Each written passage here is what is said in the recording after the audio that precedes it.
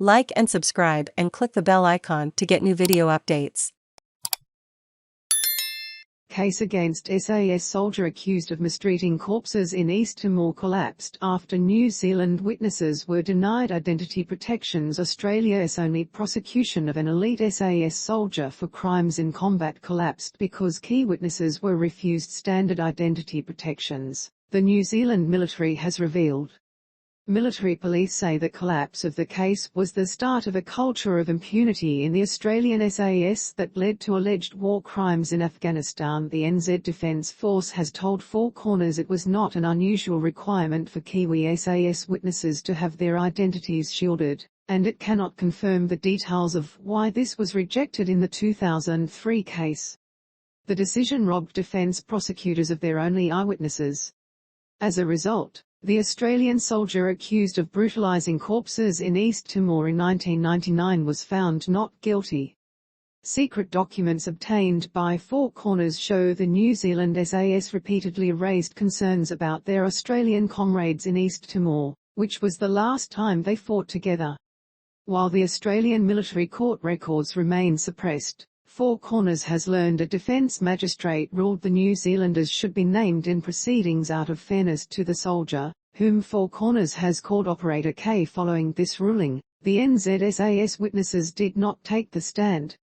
The NZDF said in a statement protection of the identity of members of the NZDF NZSAS is a fundamental aspect of the operational capability.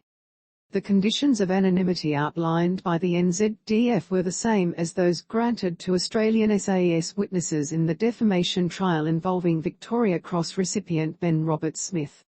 We believe that our requirement was our standard procedures for ID protection, that is that NZSAS personnel would only be known by names such as Trooper B, the NZDF said.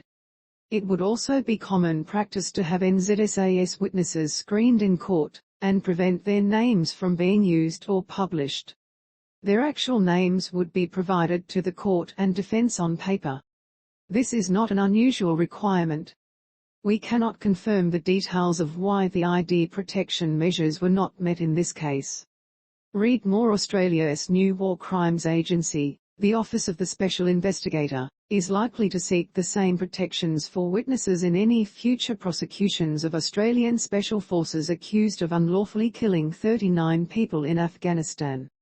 Military police told Four Corners that what allegedly happened in East Timor and the collapse of the case against Operator K was the beginning of a culture of impunity in the Australian SAS that led to alleged war crimes in Afghanistan. Operator K was originally investigated for the alleged murder of militia after an ambush that left 2 SAS soldiers wounded near the city of Suai on October 6, 1999.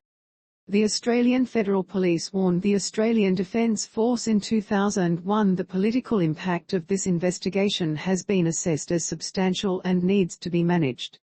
The evidence did not support a murder prosecution. Instead, Operator K was charged in 2003 with mistreating corpses.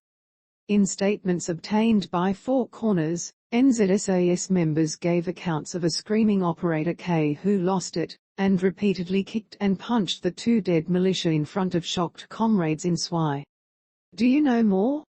Please use this form to get in contact with the ABC Investigations team, or if you require more secure communication, please choose an option on the confidential tips page.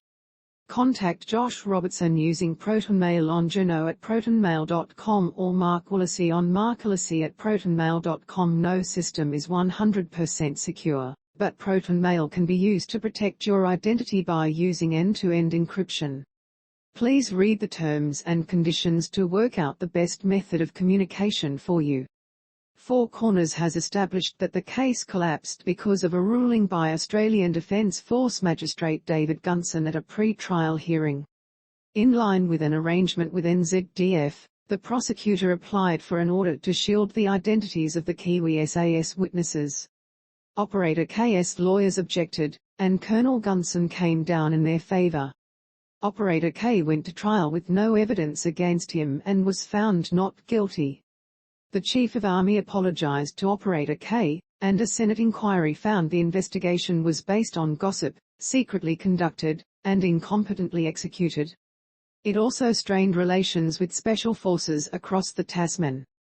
Space to play or pause, M to mute, left and right arrows to seek, up and down arrows for volume.